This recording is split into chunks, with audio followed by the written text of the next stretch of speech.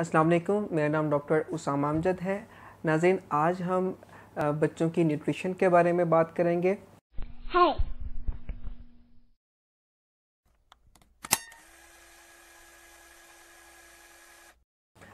सबसे पहले बच्चे की पैदाइश से लेकर 6 माह तक बच्चे की खुराक में सिर्फ़ और सिर्फ माँ का दूध शामिल होना काफ़ी है।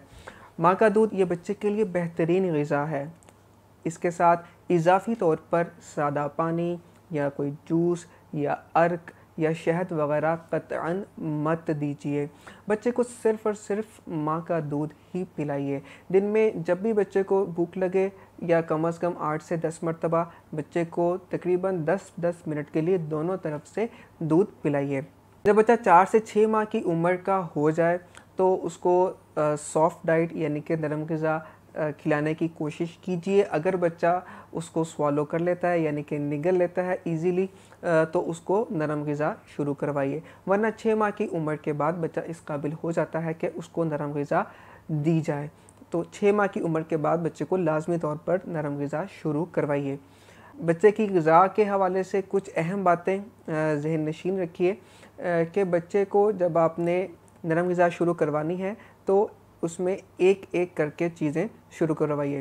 मिसाल के तौर पर सबसे पहले बच्चे को दही के अंदर केला डालकर मैश करके वो उसको देना शुरू कीजिए और उसके बाद फिर बतदरीज बच्चे को एक-एक करके दूसरी चीज़ें देना शुरू कीजिए, जैसे कि सेरेलैक, खिचड़ी, कीमे की खिचड़ी, सूजी का हलवा, सूजी की खीर, साबूदाने की खीर और अंडा वग़ैरह ये बच्चे की डाइट में शामिल कीजिए। इसके साथ-साथ आप फल जैसे कि केला, आम, अमरूद वग़ैरह ये भी मसल कर यानी कि मैश करके बच्चे की डाइट में शामिल कर सकते हैं।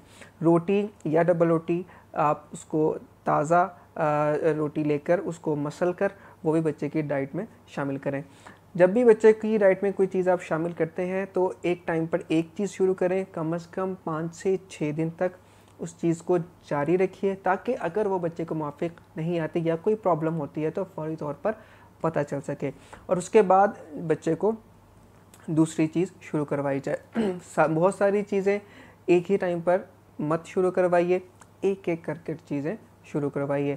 जब भी बच्चे की खुराक तैयार करें, सबसे पहले अपने हाथों को अच्छी तरह से धो लीजिए। जो भी फल या सब्ज़ी आप लेकर आए हैं, सबसे पहले उसको अच्छी तरह से धोइए।